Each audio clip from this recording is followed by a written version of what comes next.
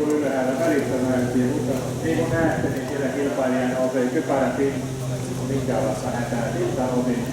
Mutta se, mitä varoitettiin tuosta Kalliosaaren poijusta, niin se oli. Se poiju oli se kohtalon poiju siellä. Ja tuolta näette Lupperilla mallin, mitä pitää tehdä. Käsi nousee välittömästi ylös ja varoitetaan kassakilpailijoita, että minä hidastan.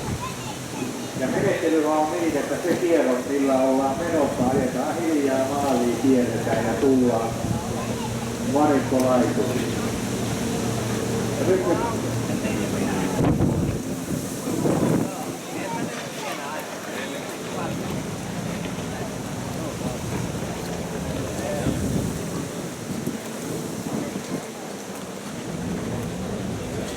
otetaan vielä